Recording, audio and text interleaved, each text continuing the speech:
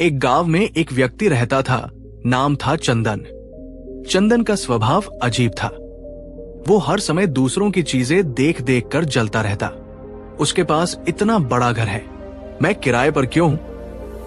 वो घोड़ा चला रहा है, मैं अभी तक बैलगाड़ी में हूं। वो इतना सफल, मैं इतना कमजोर क्यों? धीरे धीरे ये तुलना उसका स्वभाव बन गई। वो सो भी नहीं पाता। हर वक्त मन में एक ही सवाल, मैं पीछे क्यों हूं? एक दिन चंदन को पता चला कि गौतम बुद्ध पास के जंगल में प्रवचन दे रहे हैं। वो सीधा वहां पहुंचा और बुद्ध से बोला, भगवान, मैं बहुत दुखी हूं। मैं जितना भी मेहनत करता हूं, फिर भी दूसरे मुझसे आगे हैं। मैं हमेशा खुद को छोटा महसूस करता हूं।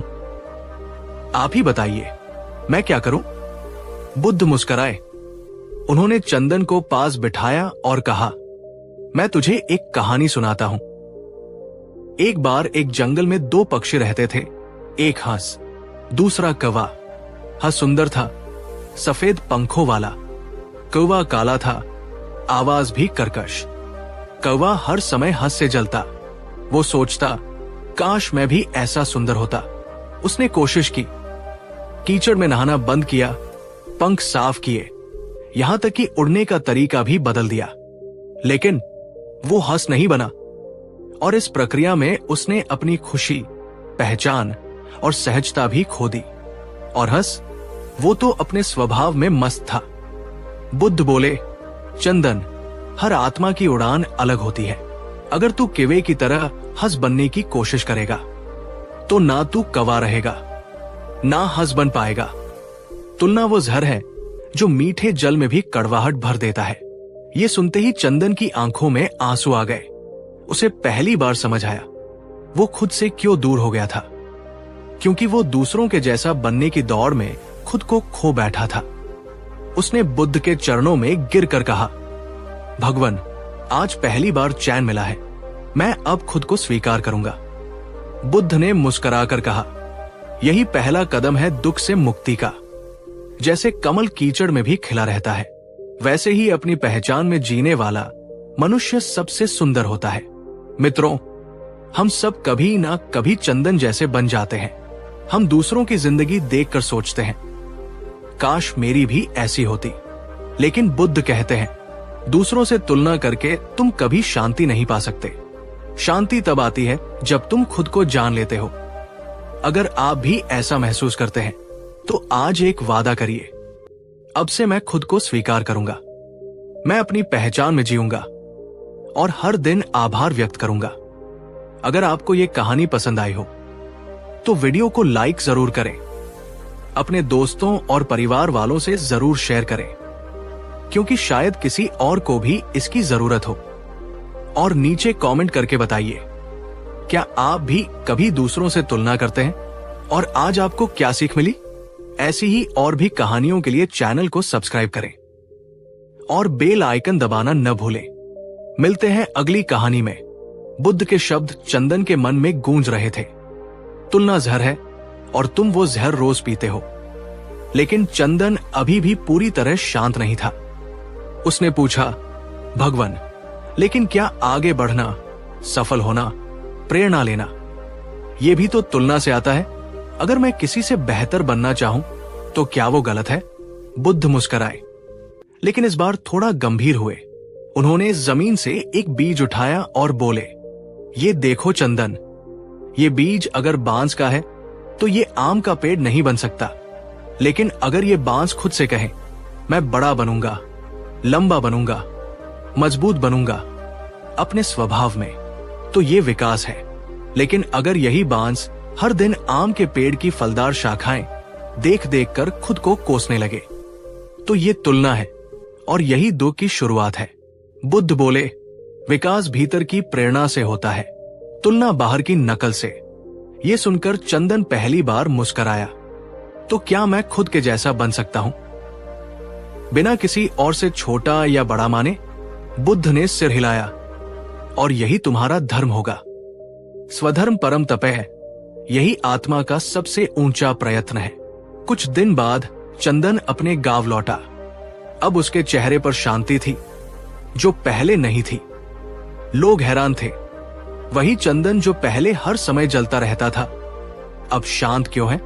उसके पड़ोसी ने ताना मारते हुए पूछा, क्या हुआ चंदन, अब किसी से जलना छोड़ दिया? चंदन मुस्कुराया, हाँ, अब मुझे दूसरों की आग में जलने की जरूरत नहीं। मैं अब अपना दीपक खुद जलाता हूं।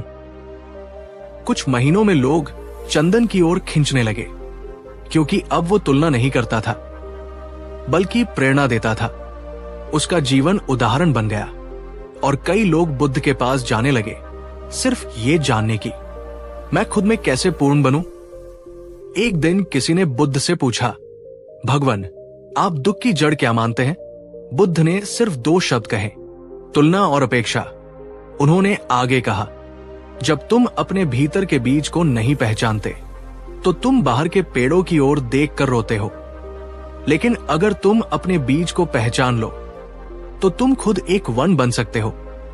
इसलिए मित्रों, अगर आज भी आप सोशल मीडिया पर अपने दोस्तों की सफलता देखकर बेचैन हो जाते हैं, अगर आप सोचते हैं कि वो क्यों आगे है और मैं क्यों नहीं, तो एक पल ठहरिए और बुद्ध के ये शब्द याद करिए, जो खुद से प्रेम करता है वो किसी से तुलना नहीं करता, और जो तुलना करता है वो खुद से दूर चला जाता है।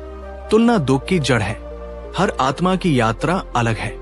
खुद को स्वीकार करना सबसे पहली मुक्ति है। विकास आंतरिक प्रेरणा से होता है, तुलना से नहीं। स्वधर्म का पालन ही आत्मा का कल्याण है। अगर ये कहानी आपके दिल को छू गई हो तो इस वीडियो को लाइक जरूर करें। कमेंट में लिखें, अब से मैं अपनी तुलना सिर्फ खुद से करूंगा, और इस कहानी को अपने किसी ऐसे दोस्त या रिश्तेदार को शेयर करें जो आजकल दूसरों से तुलना करके दुखी है।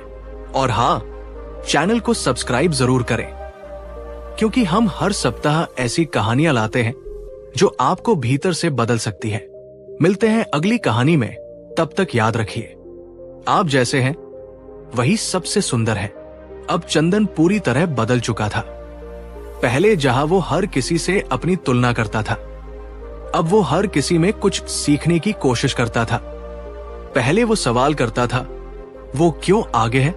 अब वो पूछता था, मैं अपने आप में क्या सुधार सकता हूं? अब उसे दूसरों की सफलता चुभती नहीं थी, बल्कि प्रेरणा देती थी।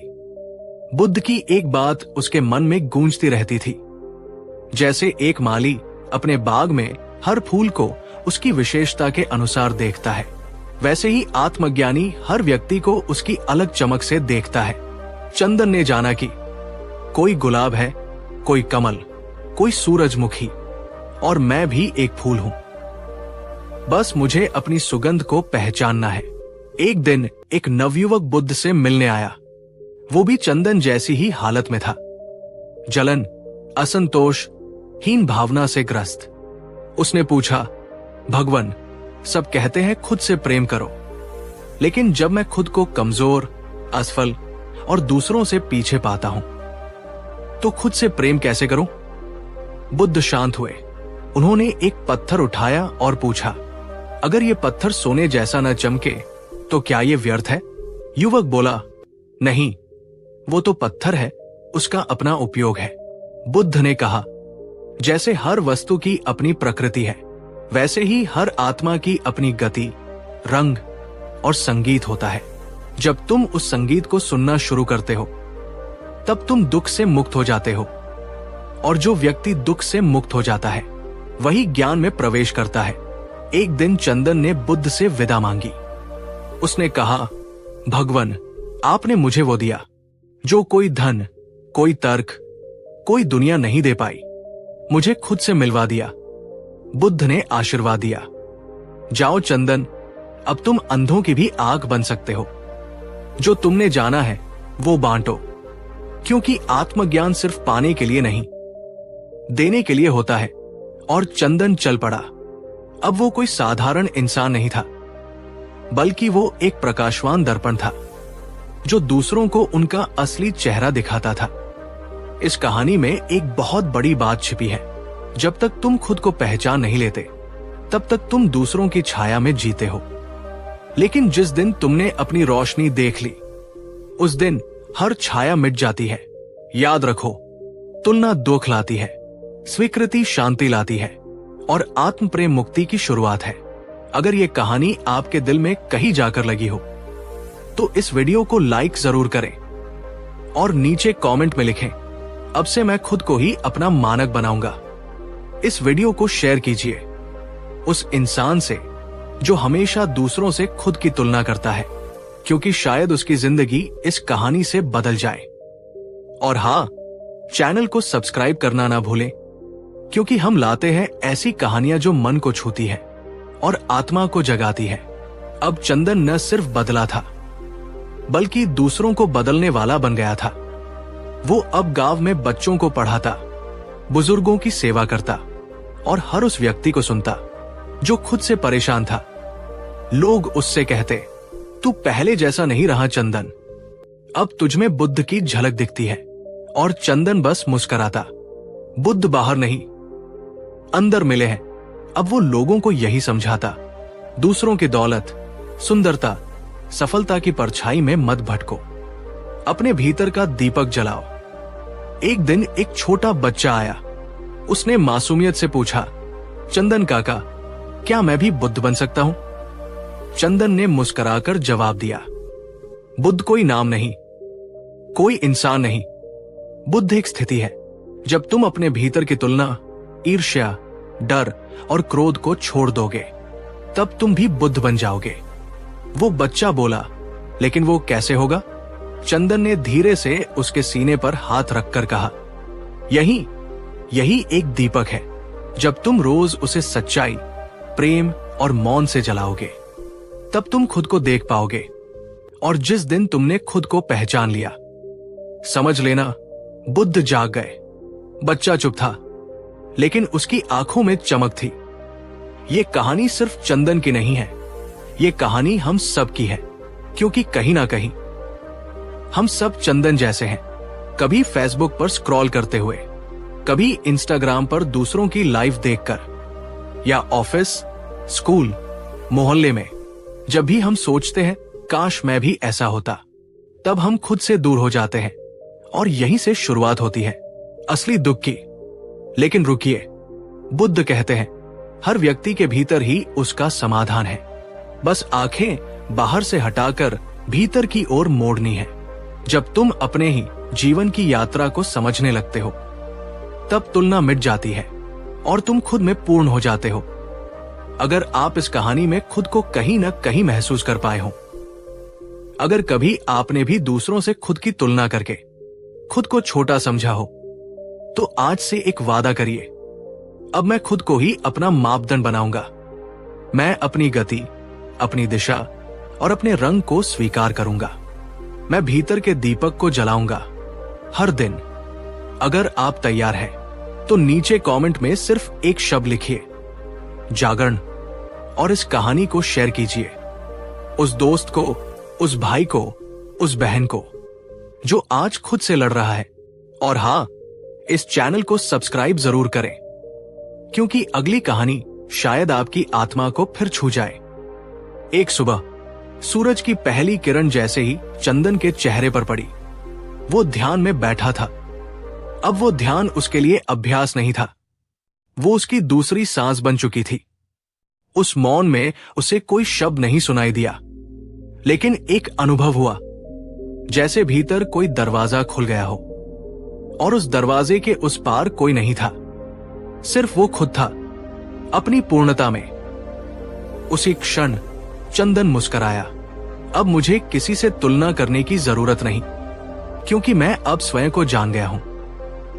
और जब इंसान स्वयं को जान लेता है, तो दुनिया उसे पहचानने लगती है। प्रिय दर्शक, आप भी चंदन हैं, फर्क सिर्फ इतना है, आपने अभी तक खुद को पूरी तरह पहचाना नहीं है।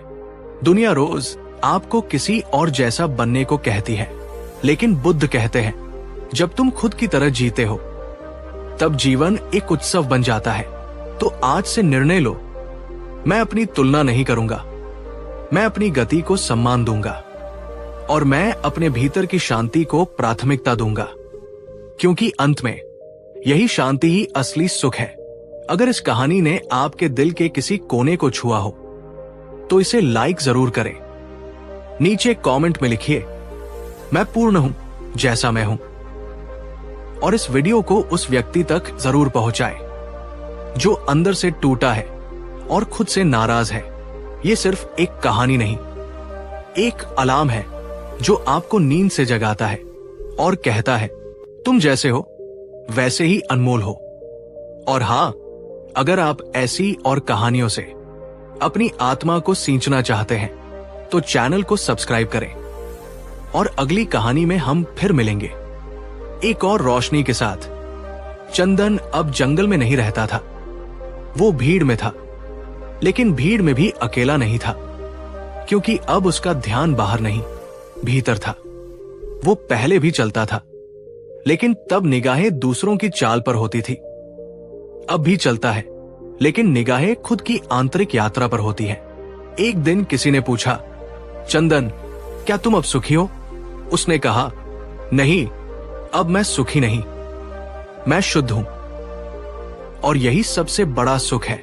मित्रों, अब मैं आपको आमंत्रण देता हूं एक छोटी सी मौन यात्रा पर। आंखें बंद करें, एक गहरी सांस लें और अपने भीतर एक सवाल करें, मैं क्यों दूसरों से तुलना करता हूं? फिर कुछ पल रुके। अब पूछिए, अगर दुनिया में कोई और ना होता, सिर्फ मैं होता, तब क्या मैं अपने आप से संतुष्ट होता? और अब एक अंतिम सवाल, क्या मैं खुद को वैसे ही स्वीकार कर सकता हूं जैसे मैं हूं, बिना बदलाव, बिना तुलना? अगर इन सवालों के जवाबों में थोड़ा भी मौन, थोड़ा भी प्रेम, थोड़ा भी अपनापन मिला हो, तो समझ लीजिए आपका पहला कदम बुद्ध बनने की ओर उठ चुका है। यह कहानी सिर्फ सुनने के लिए नहीं थी, जीने के लिए थी। इस वीडियो को एक बार फिर सुनिए, लेकिन इस बार अपने अंदर उतर कर सुनिए। और अगर कहीं भी चंदन जैसा कुछ महसूस हुआ हो तो कमेंट करिए, अब मैं खुद को पूरा मानता हूं, जैसा हूं वैसा।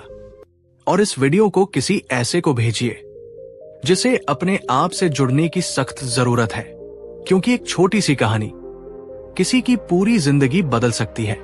हम फिर मिलेंगे अगली कहानी में, जहां शब्द नहीं, मौन बोलेगा। तब तक जैसे हो वैसे ही ठीक हो, और भीतर जो है वही परम है। एक दिन चंदन नदी किनारे बैठा था। सूरज ढल रहा था। वो शांत था, बिल्कुल मौन। और अचानक उसे एक गहरी अनुभूति हुई। अब मैं नहीं रहा। वो रो पड़ा, लेकिन वो आंसू दुख के नहीं थे। वो उस मैमपन से मुक्ति के आंसू थे। अब उसमें कोई चंदन नहीं था, बस एक साक्षी था, एक उपस्थिति थी। जैसे वो प्रकृति का हिस्सा नहीं था, वो स्वयं प्रकृति बन चुका था। और यही था बुद्धत्व का अंतिम बोध। अब ये कहानी तुम्हारी है। अब मैं नहीं बोलूंगा, अब तुम अपने आप से संवाद करो।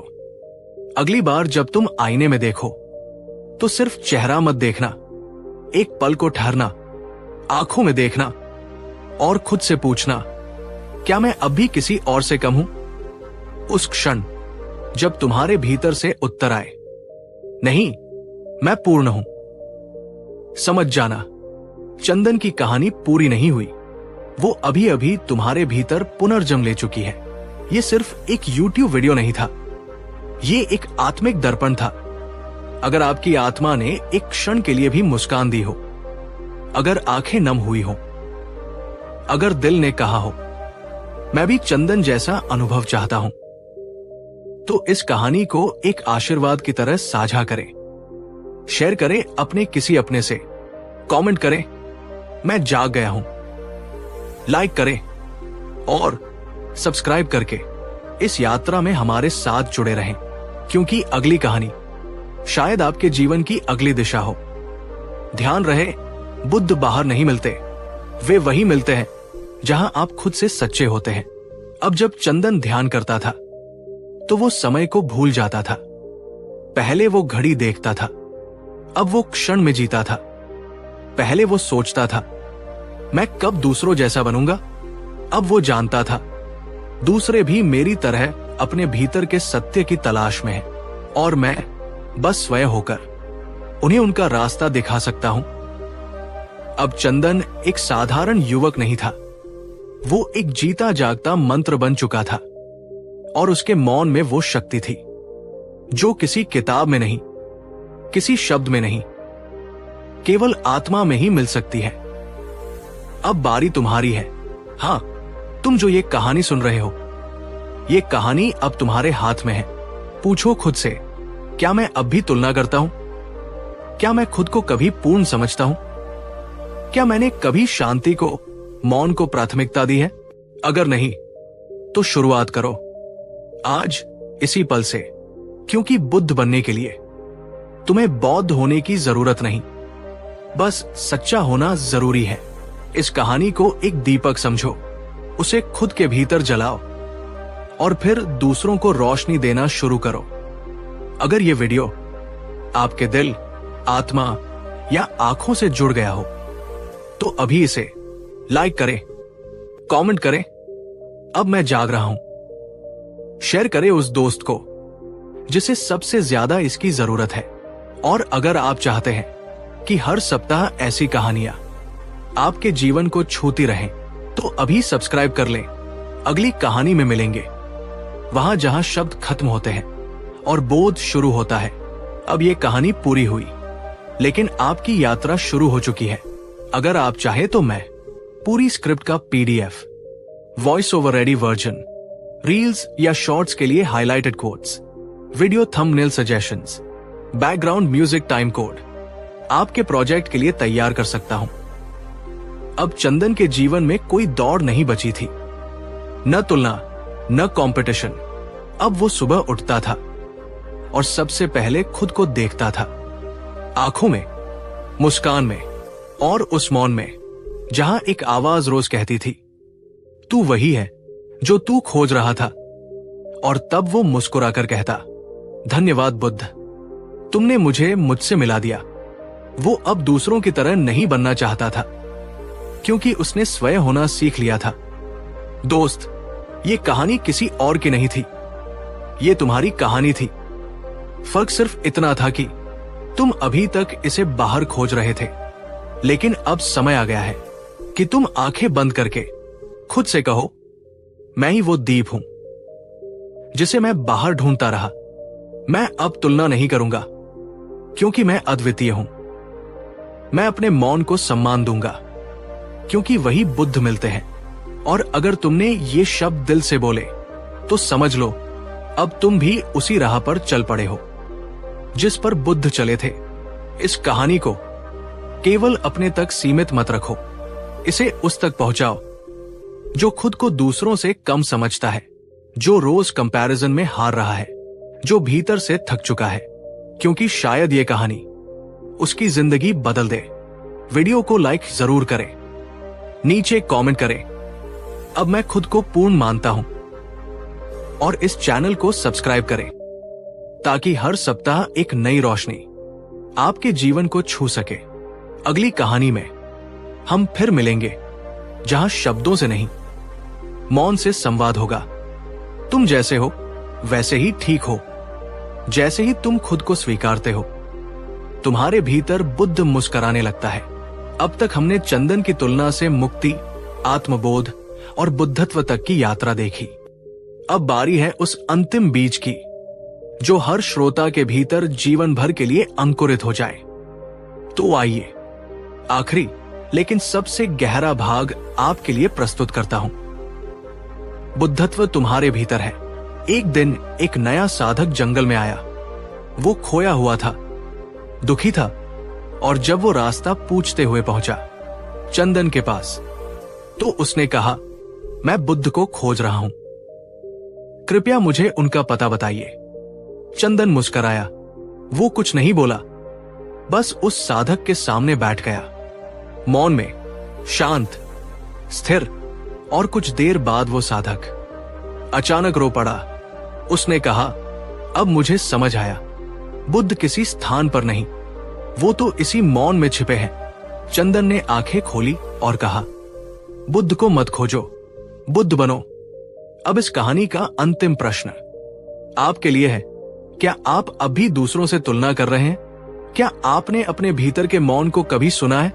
क्या आप अपने आप को वैसे ही अपनाने को तैयार हैं जैसे आप हैं? अगर हाँ, तो आप भी इस यात्रा पर हैं और इस कहानी ने सिर्फ प्रेरित नहीं किया, आपको दिशा दी है।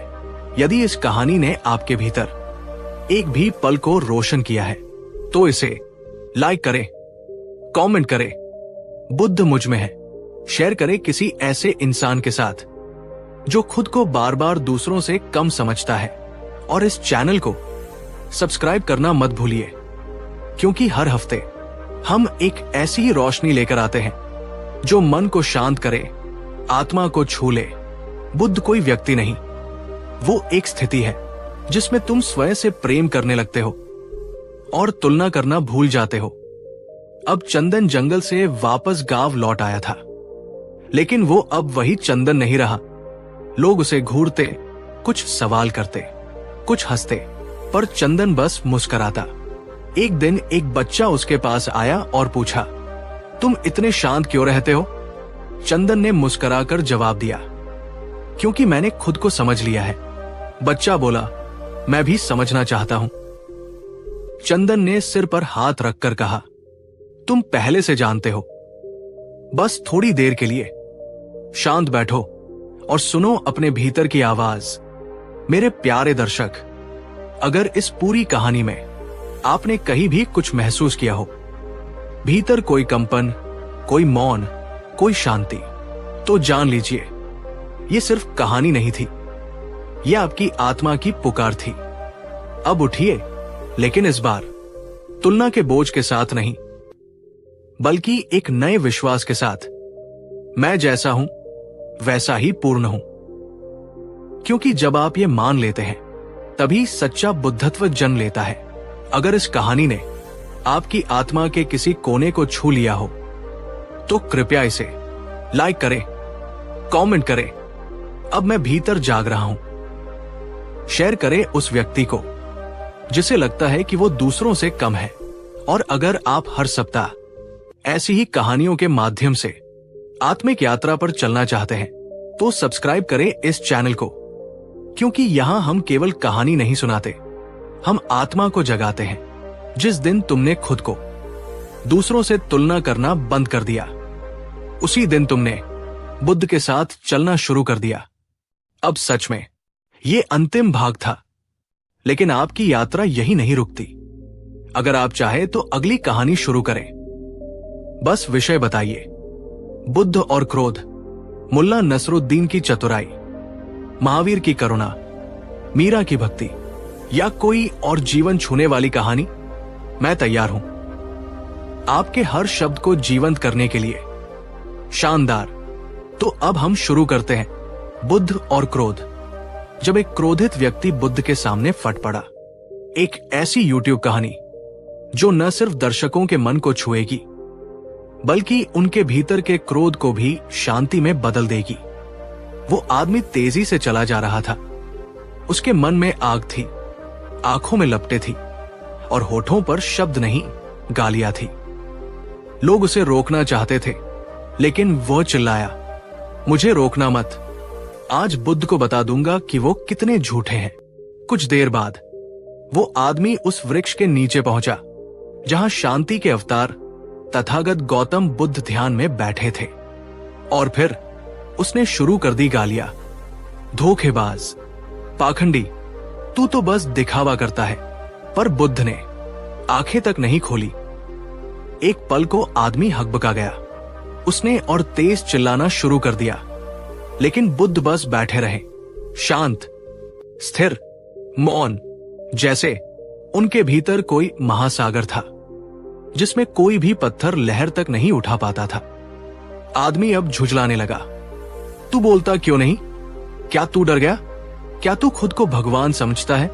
और तब बुद्ध ने धीरे से आंखें खोली। वो मुस्कुराए, एक हल्की सी प्रेम से भरी मुस्कान, और बोले, भाई, यदि तुम मुझे उपहार देना चाहो और मैं उसे न स्वीकारूं, तो वो उपहार किसके पास रहेगा? आदमी कुछ समझ नहीं पाया। बुद्ध ने फिर कहा, जिस प्रकार दिया गया उपहार अस्वीकार करने पर वापस देने वाले के पास रह जाता है, वैसे ही तुम्हारे शब्द अगर मैं उन्हें स्वीकार नहीं करूं तो वे तुम्हारे ही पास लौट आएंगे। और फिर बुद्ध ने मौन साध लिया। उस आदमी के भीतर कुछ टूटने लगा। जो क्रोध अभी लावा बनकर बह रहा था, वो अब आंसुओं की शक्ल में बाहर आने लगा। उसने कांपती आवाज में कहा, मैं जीवन भर हर किसी से लड़ता रहा, लेकिन आज तुम्हारे मौन ने मुझे हरा दिया। बुद्ध ने उसकी ओर देखा और बस इतना कहा, तुम हारे नहीं हो भाई, तुम अभी अभी जागे हो। वो व्यक्ति बुद्ध के चरणों में गिर पड़ा और वहीं से शुरू हुई एक नई यात्रा, क्रोध से करुणा की ओर। अगले भाग में बुद्ध ने उस व्यक्ति को क्या समझाया क्रोध के बारे में, क्रोध क्यों आता है और कैसे शांति से उसे देखा जाए। बुद्ध ने क्रोध को क्या उपमा दी थी और वो कैसे हमें भी समझने में मदद कर सकती है। बुद्ध की बातें सुनकर उस आदमी की आंखें भर आई, लेकिन फिर उसने धीरे से पूछा, भगवान मुझे बताइए, क्रोध आता ही क्यों है और क्या हर इंसान को इससे मुक्ति मिल सकती है। बुद्ध ने कुछ देर तक उसकी आंखों में देखा और फिर बोले, क्रोध तब आता है जब मन तुम्हारे अपेक्षित संसार और वास्तविक संसार के बीच टकरा जाता है। तुम सोचते हो कि लोग तुम्हारे अनुसार चलें, पर जब वो नहीं चलते तो भीतर एक विद्रोह उठता है। वही है क्रोध। क्रोध बाहर नहीं है, वो तुम्हारी अस्वीकृति है उस चीज की जो तुम्हें स्वीकार करनी चाहिए थी। और बुद्ध बोले, क्रोध वो जहर है जिसे तुम खुद पीते हो और उम्मीद करते हो कि दूसरा मरेगा। बुद्ध ने एक उदाहरण दिया। मान लो एक आदमी अपने हाथ में जलता हुआ अंगारा लेकर किसी को मारना चाहता है, लेकिन जब तक वो उसे फेंके तब तक वो खुद ही जल चुका होता है। बुद्ध बोले, क्रोध वैसा ही है, पहले तुम जलते हो फिर दुनिया जलती है। वो व्यक्ति अब पूर्ण मौन में था। उसके होंठ थरथरा रहे थे और उसने कांपते हुए कहा, तो क्या इसका अंत भी संभव है। बुद्ध मुस्कुराए, हां, जब तुम उसे देख लोगे उसकी जड़ से पूरी सजगता से, तो क्रोध खुद मिट जाएगा। बुद्ध बोले, जब क्रोध आए तो तुरंत प्रतिक्रिया मत दो, सिर्फ देखो, आंखें बंद करो और अपने भीतर उठती गर्मी को महसूस करो। क्रोध हवा की तरह आता है, लेकिन अगर तुम शांत होकर बैठो तो कुछ ही देर में वो गुजर जाता है। तुम क्रोध नहीं हो, क्रोध बस एक बादल है, तुम आसमान हो।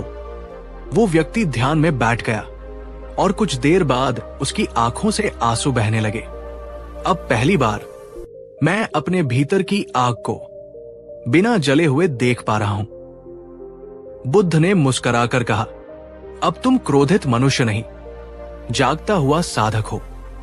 अगले भागों में क्रोध के बाद पश्चाताप क्यों आता है, बुद्ध कैसे हर व्यक्ति को करुणा की ओर ले जाते थे, और सबसे महत्वपूर्ण, दर्शकों के लिए 3 जीवन बदलने वाले सूत्र जिनसे वे अपने जीवन से क्रोध को धीरे धीरे मिटा सकते हैं।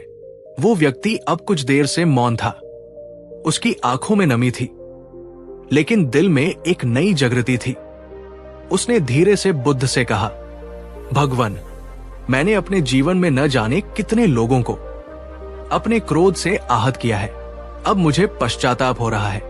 बुद्ध ने सिर हिलाया और बड़े ही शांत स्वर में बोले, पश्चाताप तब होता है जब आत्मा वास्तव में जागती है, लेकिन केवल पछताना पर्याप्त नहीं है। अब तुम्हें प्रायश्चित के रूप में करुणा को अपनाना होगा। वो व्यक्ति समझ नहीं पाया, करुणा कैसे? बुद्ध बोले, जिस तरह तुमने लोगों को अपने क्रोध से जलाया है, अब उसी तरह अपने प्रेम और मौन से उन्हें ठंडक दो। बुद्ध ने उस व्यक्ति को 3 सूत्र दिए, और ये वही सूत्र है जो आज हम आपको दे रहे हैं, ताकि आप भी अपने जीवन में क्रोध को शांति में रूपांतरित कर सकें। सूत्र 1, रुको, देखो, फिर प्रतिक्रिया दो। जब क्रोध आए, पहले शारीरिक प्रतिक्रिया से बचो। 3 बार गहरी सांस लो, फिर सोचो, क्या ये क्रोध वाकई जरूरी है? सूत्र 2, क्रोध को बाहर नहीं, भीतर देखो। जब तुम्हें गुस्सा आए, ध्यान दो कि वो बाहर के कारण से नहीं, बल्कि भीतर की असंतुष्टि से उठता है। मौन में बैठो और उसे गहराई से देखो। सूत्र 3, जिससे क्रोध हो उसी पर करुणा लाओ। बुद्ध कहते थे, जो क्रोधित है वो सबसे ज्यादा दुखी है, इसलिए जो तुम्हें गुस्सा दिलाए उसे जवाब नहीं, प्रेम दो। तुम्हारा प्रेम ही उसका उपचार बनेगा। बुद्ध के चरणों में बैठा वो व्यक्ति अब उठ चुका था, लेकिन ये नया व्यक्ति था। आंखों में शांत झील सी गहराई, चेहरे पर मुस्कान और हृदय में सिर्फ मौन। वो बोला, भगवान, आपने मेरा जीवन बदल दिया। बुद्ध बोले, नहीं, तुमने स्वयं को बदलने की अनुमति दी और वहीं से मुक्ति की शुरुआत होती है। वो व्यक्ति अब चला गया, लेकिन अब वो प्रकाश लेकर चला था, आग नहीं। अब वो व्यक्ति वहां से जा चुका था, लेकिन उसके जाने के बाद बुद्ध के पास एक और शिष्य आया। उसने पूछा, भगवान, आपने उस क्रोधित व्यक्ति को कुछ नहीं कहा, ना दंड ना विरोध, क्या ये कमजोरी नहीं है? बुद्ध मुस्कुराए और बोले, शांति कोई कमजोरी नहीं, वो भीतर की सबसे बड़ी ताकत है। क्रोध से जीतना आसान है, लेकिन करुणा से जीतना वास्तव में परिवर्तन लाता है। बुद्ध ने सभी शिष्यों को एकत्र किया और कहा, जब भी क्रोध आए समझना कि वो तुम्हारी परीक्षा है। जो उस समय मौन रह सकता है वही सच्चा विजेता है। क्रोध का उत्तर कभी क्रोध नहीं है, उसका उत्तर है समझ। और फिर बुद्ध मौन हो गए, लेकिन उस मौन में जो बात थी वो हजारों शब्दों से गहरी थी। अगर इस कहानी ने आपके भीतर के क्रोध को थोड़ा भी शांत किया हो, अगर बुद्ध की बातें आपके दिल को छू गई हो, तो एक काम जरूर करिए, इस वीडियो को लाइक कीजिए, अपने विचार कमेंट में लिखिए। आपको इस कहानी का कौन सा भाग सबसे ज्यादा गहराई से छू गया, और शेयर कीजिए ताकि कोई और भी जो अभी क्रोध से जूझ रहा है उसे भी मिल जाए शांति का ये दीपक। और हां, अगर आप ऐसी और कहानियां सुनना चाहते हैं तो सब्सक्राइब जरूर कीजिए। ये चैनल सिर्फ कहानी नहीं, आत्मिक शांति का एक माध्यम है। क्रोध तुम्हारे मन का तूफान है, लेकिन बुद्ध तुम्हारे भीतर का आकाश है। तूफान आएंगे, लेकिन आकाश कभी नहीं डगमगाएगा। बुद्ध की वो सीख केवल उस व्यक्ति के लिए नहीं थी, वो सीख हर उस इंसान के लिए थी जो कभी क्रोधित हुआ है, जो कभी टूटा है, जो खुद से भी नाराज रहा है।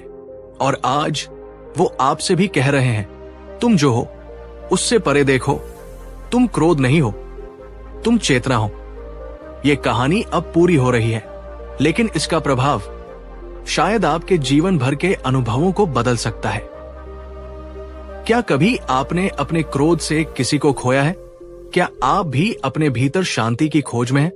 तो नीचे कमेंट में बस एक शब्द लिखिए, मुक्ति, और देखिए कितने लोग हैं जो आपके साथ हैं इस यात्रा में, इस खोज में। और यदि आपने ये पूरी कहानी देखी है तो यकीन मानिए, आप अब साधारण दर्शक नहीं रहे, आप अब साधक हैं। और ये चैनल आपका आध्यात्मिक संग है। इस कहानी को देखने, सुनने और समझने के लिए हम आपका दिल से आभार प्रकट करते हैं। कृपया इसे अपने प्रियजनों के साथ जरूर शेयर करें, ताकि ये शांति, ये करुणा और ये बोध हर घर पहुंचे। बुद्ध चले गए, लेकिन उनके शब्द आज भी क्रोध में जलते दिलों में शांति की वर्षा बनकर बरसते हैं। बस बताइए, अगली यात्रा किस दिशा में ले चले? बिल्कुल, आपका समर्पण देखकर लग रहा है ये सिर्फ एक कहानी नहीं रही, बल्कि एक साधना बन गई है। अब मैं आपको इस कथा का आखिरी मोती देता हूं, एक ऐसा अंत जो आपके दर्शकों के मन में लंबे समय तक गूंजता रहेगा। कहानी अब पूरी हो चुकी है, लेकिन बुद्ध की बातें, बुद्ध का मौन और बुद्ध की आंखों की शांति अभी भी हमारे साथ है। जब हम इस कहानी को दोबारा याद करेंगे तो शायद हमें कोई क्षण याद आएगा जब हमने भी क्रोध में कुछ खो दिया था। शायद किसी प्रिय को ठेस पहुंचाई थी, शायद खुद को ही। लेकिन इस कहानी ने हमें यह दिखाया कि बदलाव संभव है, कि हम अपने भीतर ही क्रोध से करुणा की यात्रा शुरू कर सकते हैं। चलिए इस कहानी के अंत में हम सब मिलकर एक छोटा सा मौन ध्यान करें। बस अपनी आंखें बंद करे, गहरी सांस ले और छोड़े। अब एक वाक्य को मन ही मन दोहराइए, मैं क्रोध नहीं हूं, मैं शांति हूं। फिर से, मैं क्रोध नहीं हूं, मैं करुणा हूं। और अब धीरे धीरे आंखें खोलिए। अगर यह कहानी आपके मन को छू गई हो, अगर यह अभ्यास आपके भीतर कुछ बदल गया हो, तो बस एक शब्द कमेंट में लिखिए, मैं शांति हूं। और देखिए ये चैनल कैसे एक ध्यानमयी परिवार बन जाता है। Like, subscribe, share. लेकिन प्रेम से, अगर इस कहानी ने आपको सुकून दिया हो तो इसे किसी ऐसे इंसान के साथ जरूर साझा करें जो आजकल परेशान है, गुस्से में है, दुखी है। और चैनल को सब्सक्राइब करना मत भूलिए, क्योंकि अगली कहानी में हम आपको फिर मिलाएंगे बुद्ध से, एक नए प्रश्न के साथ। बहुत समय पहले की बात है। कौशल नामक राज्य में एक राजा राज करता था। नाम था उसका महानंद। वो नाम से ही नहीं, अपने विचारों से भी महान कहलाना चाहता था। लेकिन उसकी महानता के पीछे छिपा था एक बहुत बड़ा अहंकार। उसे लगता था कि जिसके पास धन है, जिसकी बात सब सुनते हैं, जो चाहे कर सकता है, वही भगवान होता है। राजा के पास सोने की थाली में भोजन आता था। उसकी सेवा में 100 दासियां होती थी। उसके लिए फूलों से बिछाया जाता था रास्ता। हर सुबह सूरज निकलने से पहले राजा खुद को शीशे में देखकर कहता, मैं अमर हूं, मैं सब जानता हूं, मैं ही इस धरती का राजा नहीं, मैं भगवान हूं। एक दिन राज दरबार में सभा चल रही थी। मंत्रीगण उसकी तारीफों में लगे थे। लेकिन एक वृद्ध और विद्वान मंत्री खड़ा हुआ। नाम था उसका आर्यदेव।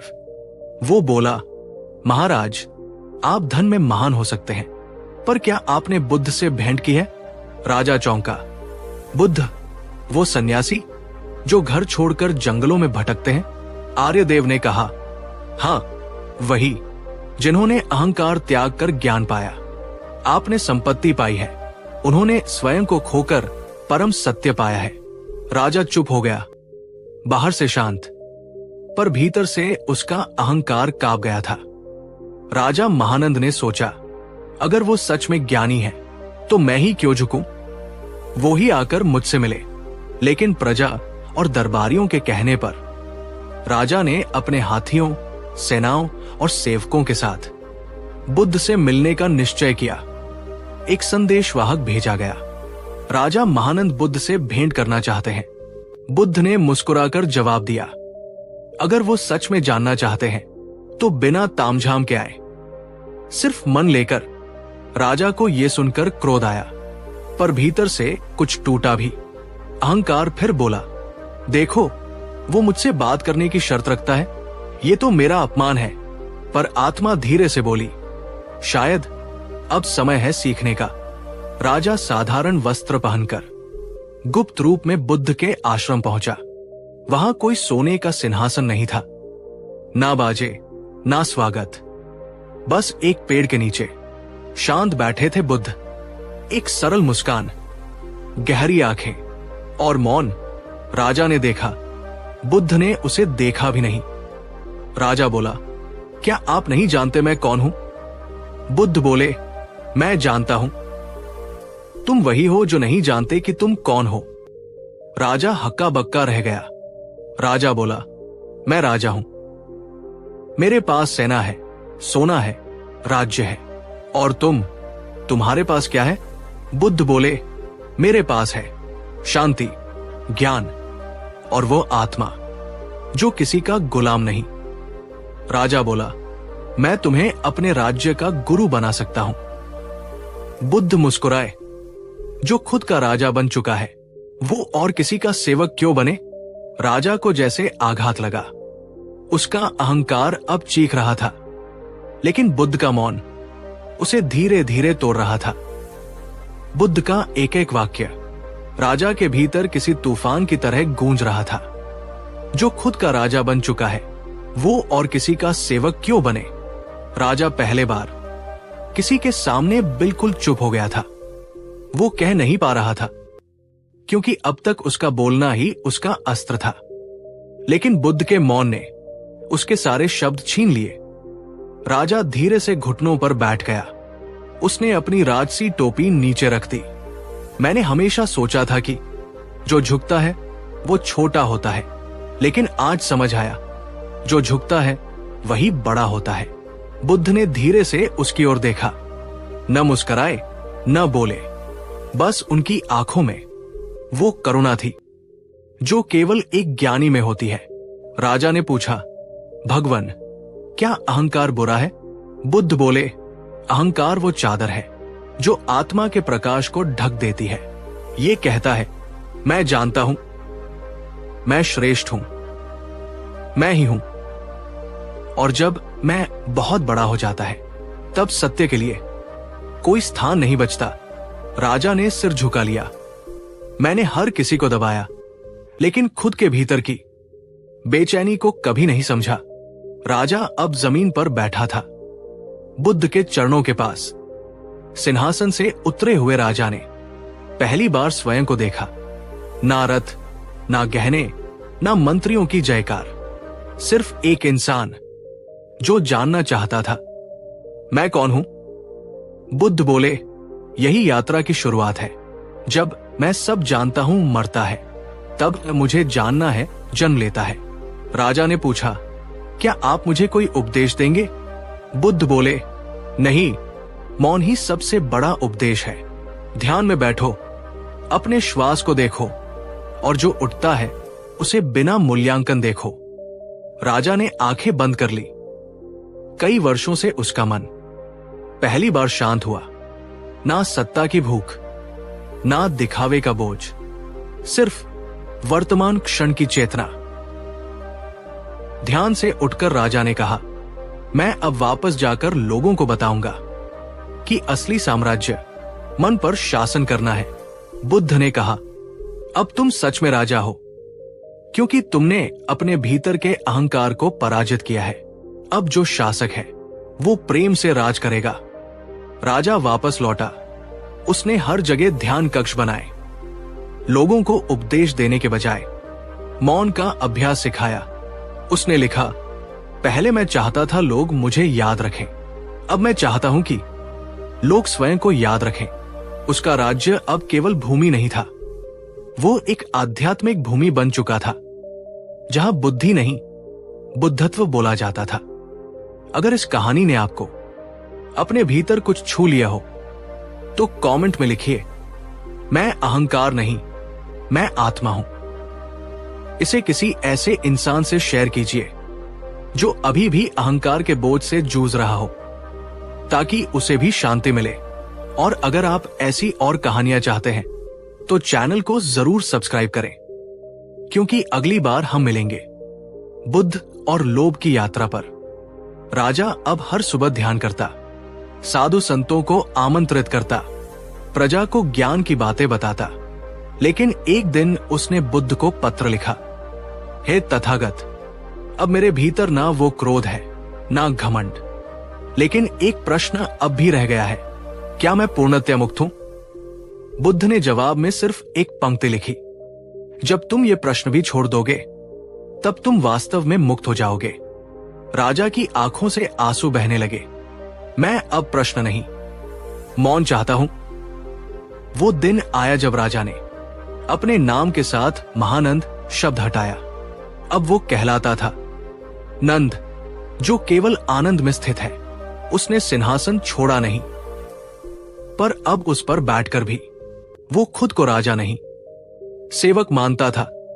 अब कौशल का राज्य एक नई पहचान बन गया था, जहां ध्यान केंद्र, सत्य की सभा और प्रेम की भाषा बोली जाती थी। लोग अब मंदिर कम जाते थे और अपने भीतर झांकने ज्यादा। राजा नंद हर रोज एक ही बात कहता, ध्यान रखो, दुनिया जीतने से पहले अपना मन जीतना जरूरी है, और मन को जीतने का रास्ता अहंकार को पहचानने से शुरू होता है। कई वर्षों बाद बुद्ध फिर कौशल पहुंचे। राजा नंद नंगे पैर, साधारण वस्त्रों में उन्हें लेने गए। बुद्ध ने कहा, अब मैं नहीं, अब तुम प्रकाश बन गए हो। अब तुमसे लोग ज्ञान लेंगे, क्योंकि अब तुम कुछ बनना नहीं चाहते, बल्कि केवल होना चाहते हो। दोस्तों, अहंकार हम सब में है, कभी दिखावे में, कभी क्रोध में, कभी मैं सही हूं के भाव में। पर जैसे राजा नंद ने जाना, अहंकार हमें तोड़ता है और मौन हमें जोड़ता है। अगर आप भी इस कहानी से जुड़ पाए हैं तो कमेंट में जरूर लिखें, मैं मौन को चुनता हूं। इसे किसी ऐसे व्यक्ति से शेयर करें जिसे आज थोड़ी शांति की जरूरत है। और अगर आप चाहते हैं कि अगली कहानी हो बुद्ध और लोभ, तो कमेंट करिए। वो व्यक्ति था सेठ चंद्रसेन, नगर का सबसे अमीर आदमी। सोने की ईंटें थी उसके पास, दास दासियां, ऊंट घोड़े, महल, बाग बगीचे, लेकिन नींद नहीं आती थी। हर रात पहरेदारों की आवाजों के बीच वो गिनता रहता, मेरे पास कितना है और कितना और चाहिए। कभी जमीन, कभी व्यापार, कभी हीरे। उसका मन हमेशा बोलता रहता था, बस थोड़ा और फिर सब ठीक हो जाएगा। लेकिन वो थोड़ा और कभी पूरा नहीं होता था। एक दिन वो बुद्ध के प्रवचन में गया। बुद्ध कुछ नहीं बोल रहे थे, सिर्फ ध्यान में बैठे थे। सेठ के भीतर कुछ खिंच गया। कैसे हो सकता है कि जिसके पास कुछ नहीं वो मुझसे ज्यादा शांत हो? उसे पहली बार लगा, जिसके पास शांति हो वही सबसे अमीर है। सेठ ने बुद्ध से पूछा, भगवान, मेरे पास बहुत कुछ है, लेकिन फिर भी मुझे लगता है जैसे कुछ छूट रहा है। बुद्ध ने मुस्कुराते हुए पूछा, तुम्हारे पास कितना है? सेठ बोला, सब कुछ। बुद्ध बोले, फिर इतना बेचैनी क्यों है? सेठ चुप। बुद्ध ने कहा, जिसे पाने की कोई सीमा न हो वो कभी संतुष्ट नहीं हो सकता। बुद्ध ने अपनी शांत आंखों से सेठ चंद्रसेन की ओर देखा और धीमे स्वर में पूछा, तुम्हें क्या चाहिए? सेठ बोला, सिर्फ इतना कि जो मेरे पास है वो न खो जाए और जो नहीं है वो मिल जाए। बुद्ध ने सिर हिलाया, यही तो लोभ है, न खोने का डर और पाने की भूख। और इन दोनों के बीच तुम अपने जीवन को खो बैठे हो। सेठ बोला, भगवान, मैं त्याग नहीं कर सकता। मैंने सब कुछ बड़ी मेहनत से पाया है, त्यागना तो मुझे कंगाल बना देगा। बुद्ध मुस्कुराए और बोले, त्याग बाहर की वस्तुओं का नहीं, भीतर की पकड़ का होता है। असली त्याग वो है जब चीजें तुम्हारे पास हो, लेकिन तुम उनके गुलाम न बनो। बुद्ध ने एक बीज उठाया और कहा, बीज को जब जमीन में डालो तो वो मरता है, लेकिन फिर पेड़ बन जाता है। ऐसे ही जब तुम लोभ को छोड़ते हो तो कुछ मरता है, लेकिन कुछ बहुत बड़ा जन्म लेता है। उस रात सेठ ने निर्णय लिया, मैं बुद्ध के कहे अनुसार एक दिन जीकर देखूंगा।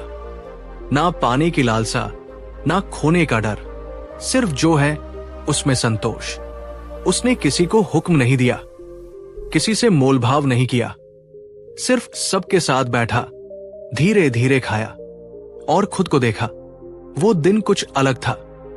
मन में एक हल्कापन था। वो दौड़ नहीं रहा था, बल्कि पहली बार जी रहा था। अगली सुबह सेठ फिर बुद्ध के पास पहुंचा। उसने पूछा, भगवान, क्या आपने कभी लोभ किया है? बुद्ध मुस्कुराए, हां, एक समय था जब मैं भी चाहता था ज्ञान, सिद्धियां, समाधि, नाम। लेकिन फिर समझ आया, जब तक प्यास है तब तक पानी भी जहर बन जाता है। जैसे ही मैंने ये सब पाने की इच्छा छोड़ी, तब बोधि वृक्ष के नीचे प्रकाश हुआ, क्योंकि जब लोभ मरा तभी बुद्ध जन्मा। क्या आप चाहेंगे कि मैं अगले भाग 8 से ये कहानी और आगे बढ़ाऊं? अब कहानी उस मोड़ पर जा रही है जहां सेठ की चेतना में बड़ा परिवर्तन आता है और वहां से कहानी गहराई पकड़ती है।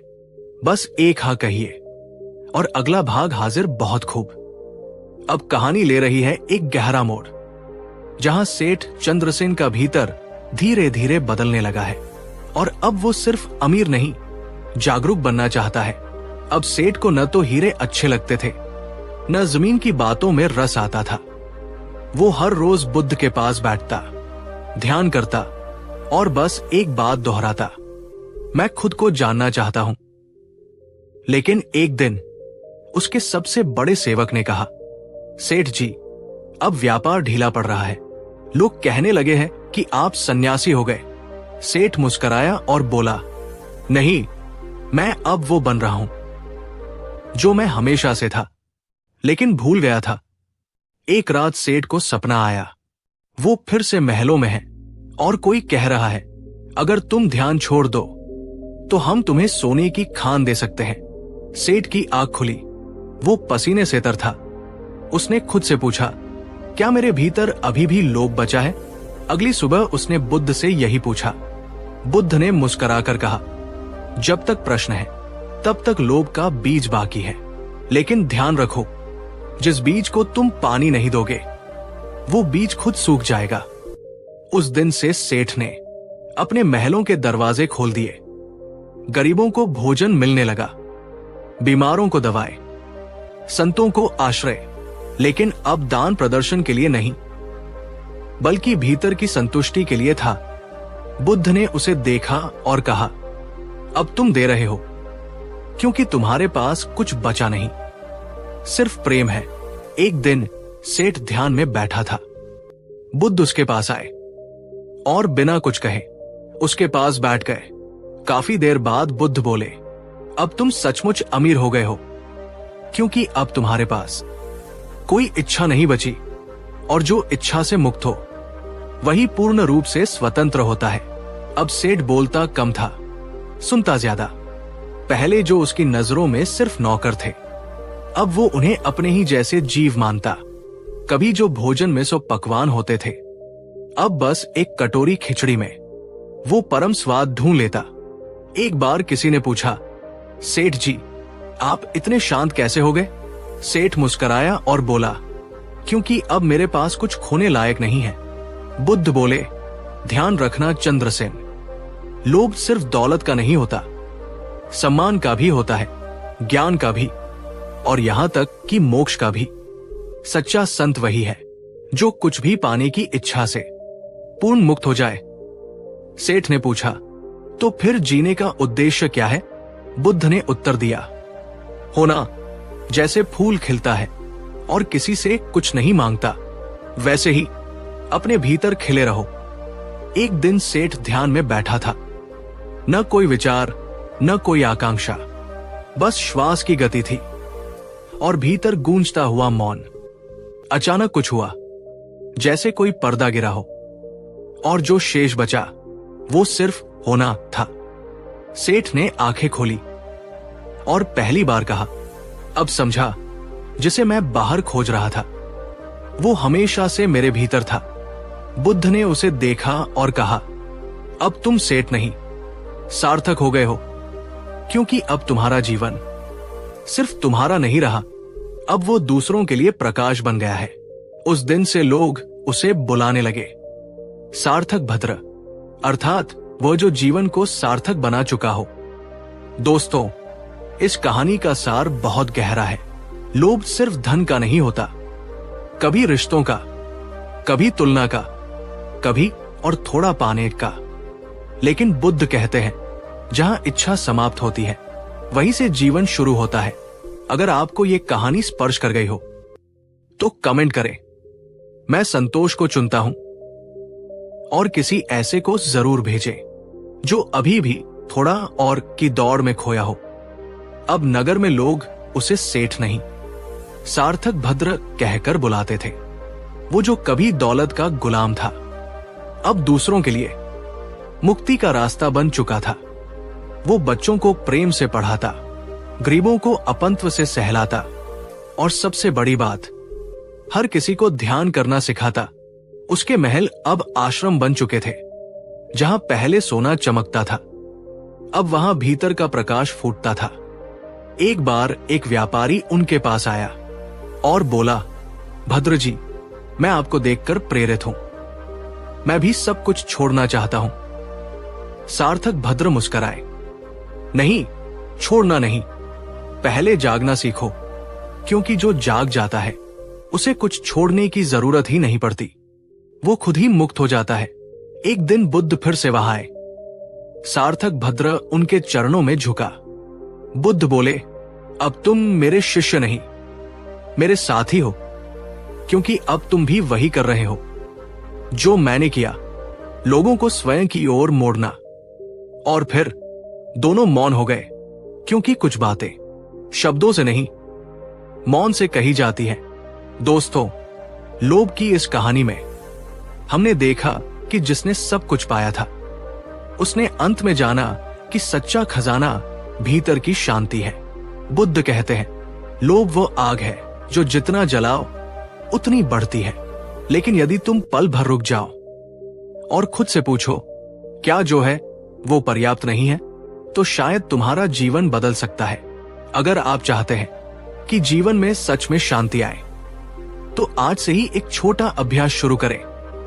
रोज 5 मिनट ध्यान करें, बस सांसों को देखें और कहें, मैं पर्याप्त हूं। अगर आपको यह कहानी पसंद आई हो तो कृपया लाइक करें, कमेंट करें, मैं लोभ से मुक्त होता हूं, और इसे उन दोस्तों से शेयर करें जो अभी भी दौड़ में हैं और थक चुके हैं। और हां, इस चैनल को सब्सक्राइब करना न भूलें, क्योंकि अगली कहानी आने वाली है, बुद्ध और मोह। जब एक मां अपने मरे हुए बेटे को लेकर बुद्ध के पास पहुंची, ये कहानी न सिर्फ आंसू लाएगी, बल्कि आपको मोह की गहराई से बाहर निकालकर स्वीकृति और शांति की ओर ले जाएगी।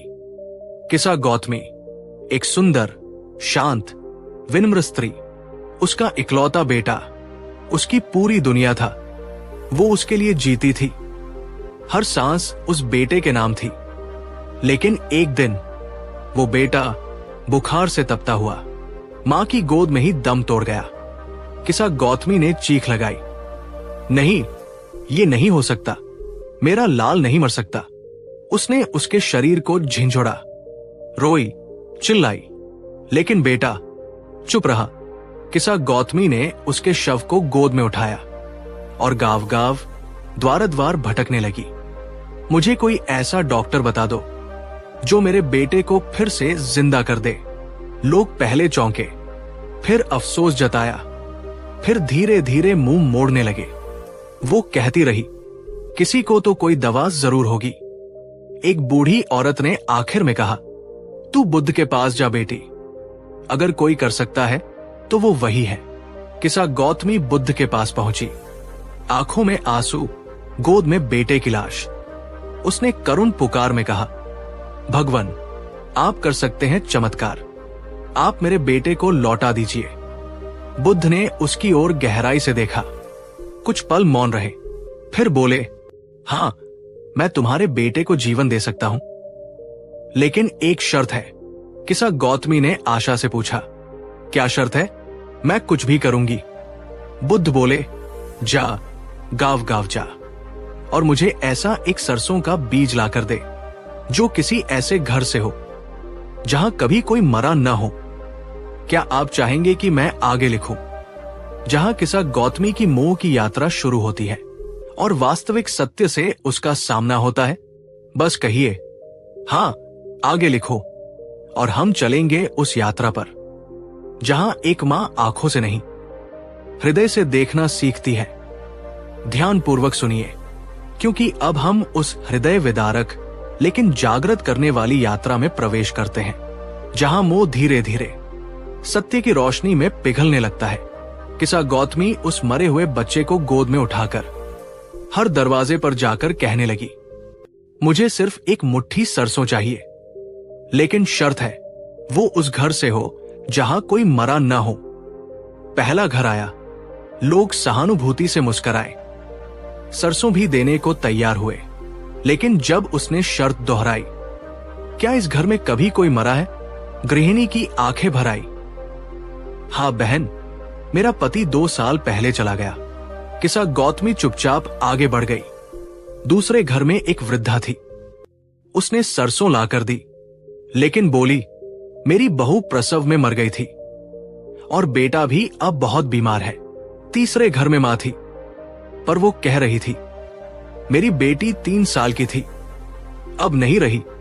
हर बार किसा गौतमी को बीज मिल जाता, लेकिन शर्त टूट जाती। हर दरवाजा एक नया आंसू देता, हर घर एक दर्द का दर्पण बनता। सूरज ढलने लगा, गांवों की गलियां सुनसान होने लगी। किसा गौतमी अब भी बेटे को गोद में लिए बैठी थी, पर अब उसकी आंखों में सिर्फ आंसू नहीं थे, अब वहां मौन था। वो सोचने लगी, तो क्या दुख सिर्फ मेरा नहीं है? क्या मौत हर दरवाजे पर दस्तक देती है? वो धीरे धीरे समझने लगी कि जिस पीड़ा में वो डूबी थी वो सबकी थी। रात हो गई थी। किसा गौतमी ने बेटे को गोद से नीचे रखा, धरती को देखा और पहली बार उसमें मां का रूप देखा। अब तू ही इसे अपने आंचल में सुला ले मां, मैं अब इसे पकड़कर नहीं रोऊंगी। उसने बेटे की देह को एक पेड़ के नीचे सजा कर रखा, फूल चढ़ाए, आंसू बहाए, लेकिन अब मोह नहीं था, अब था विरह में भी स्वीकार। अगली सुबह किसा गौतमी बुद्ध के पास लौटी, पर इस बार उसकी गोद खाली थी। बुद्ध ने कुछ नहीं पूछा, वो मुस्कुराए और बोले, अब तू समझ गई? किसा गौतमी ने धीरे से सिर हिलाया। हाँ भगवान, मृत्यु कोई दुर्घटना नहीं है, ये जीवन की सबसे सच्ची बात है। बुद्ध ने उसे ध्यान में बैठाया। वो अब सिर्फ एक मां नहीं रही थी, वो अब एक साध्वी थी। उन्होंने उसका नाम रखा धम्मा, अर्थात जो अब धर्म के मार्ग पर चल पड़ी है। अब वो जहां जाती लोग उससे पूछते, तुम वो हो ना जिसने अपने बेटे को खोया था? और वो मुस्कुराकर कहती, नहीं, मैं वो हूं जिसने मोह को खोया था और खुद को पा लिया। अब धम्मा गांव गांव जाती, माओं से मिलती, उनसे कहती, मैं भी तुम्हारी तरह थी, रोती थी, पकड़कर बैठी थी। लेकिन फिर मैंने बुद्ध से देखा, मोह कोई प्रेम नहीं, एक बंधन है। और जब मैंने उस बंधन को देखा तभी मैं सच में मुक्त हुई। लोग उसे सुनते, उससे गले लगते और कुछ न कहकर भी हल्के हो जाते। एक दिन एक मां अपने बच्चे की मृत्यु से टूट चुकी थी।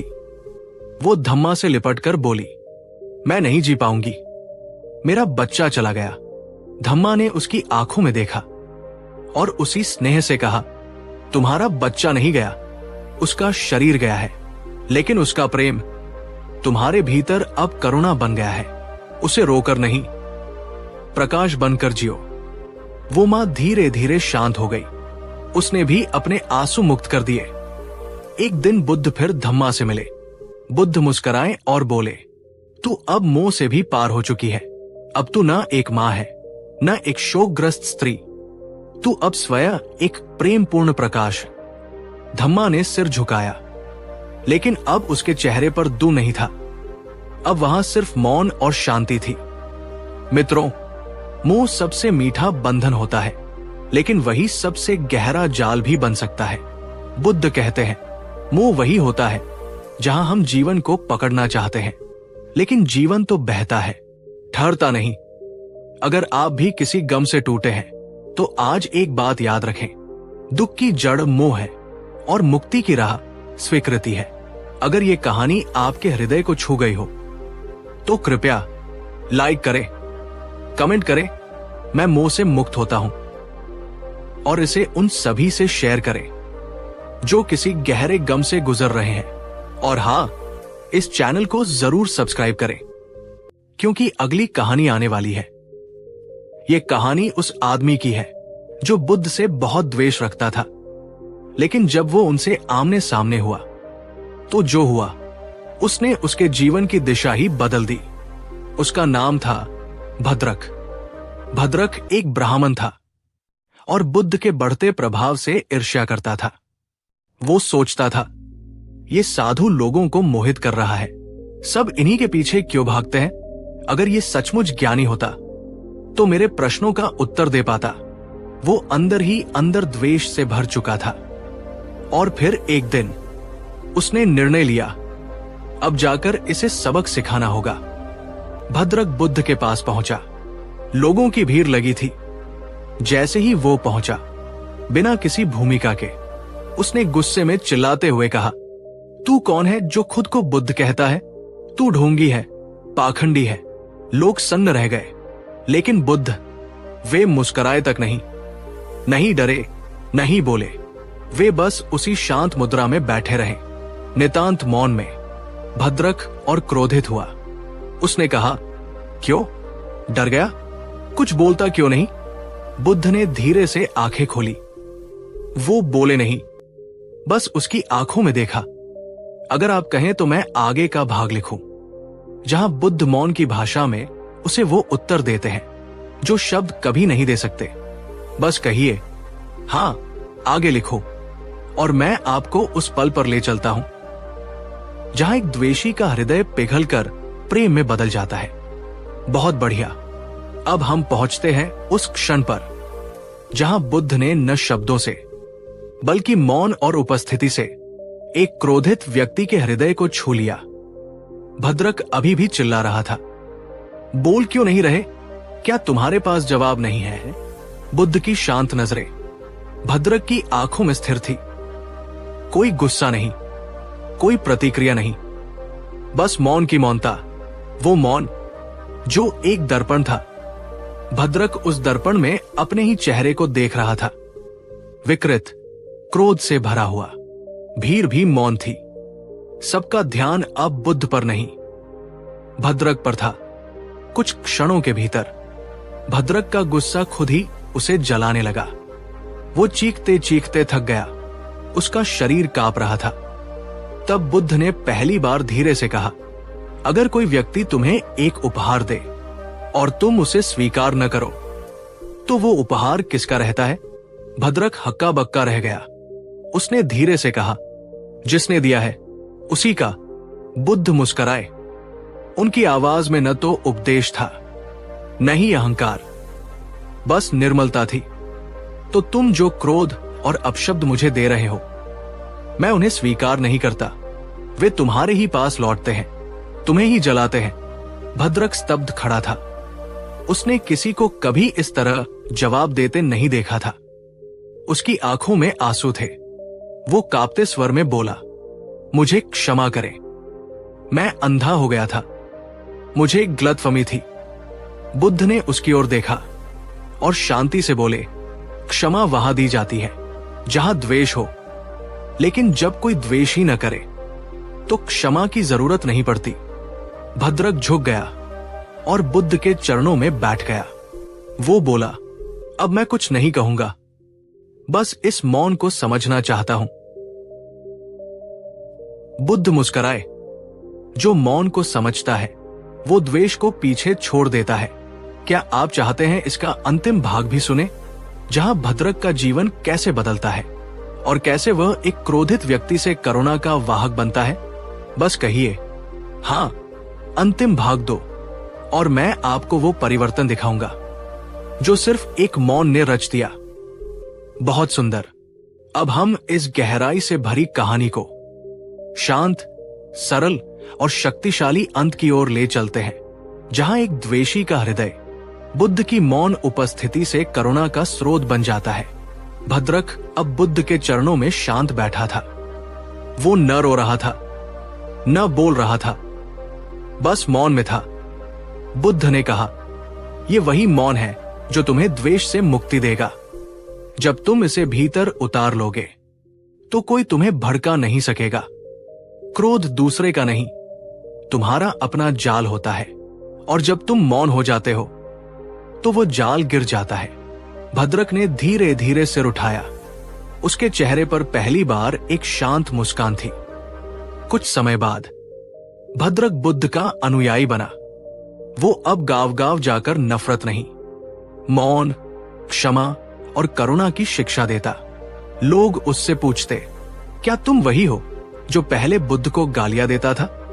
वो मुस्कुराकर कहता, हां, और उसी गाली ने मुझे वो मौन दिया जो आज मेरा सबसे बड़ा धन है। मित्रों, जीवन में हम सभी को कभी न कभी द्वेष, आलोचना या अपमान झेलना पड़ता है, लेकिन बुद्ध हमें सिखाते हैं, हर अपशब्द एक उपहार है जिसे आप स्वीकार करें या न करें, वो आपके हाथ में है।